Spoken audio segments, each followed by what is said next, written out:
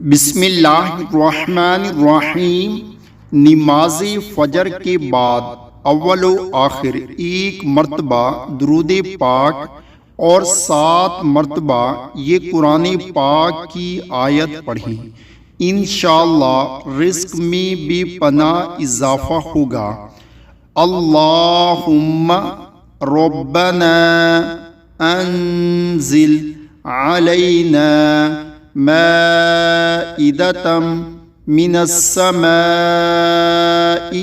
تكون لنا عيدا لأولنا وآخرنا وآية منك وارزقنا وأنت خير الرازقين۔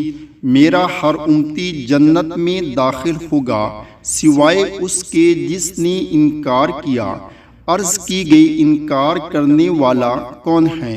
رسول اللہ صلی اللہ علیہ وآلہ وسلم نے ارشاد فرمایا، جس نے میری اطاعت کی وہ جنت میں داخل ہوا، اور جس نے میری نافرمانی کی اس نے انکار کیا۔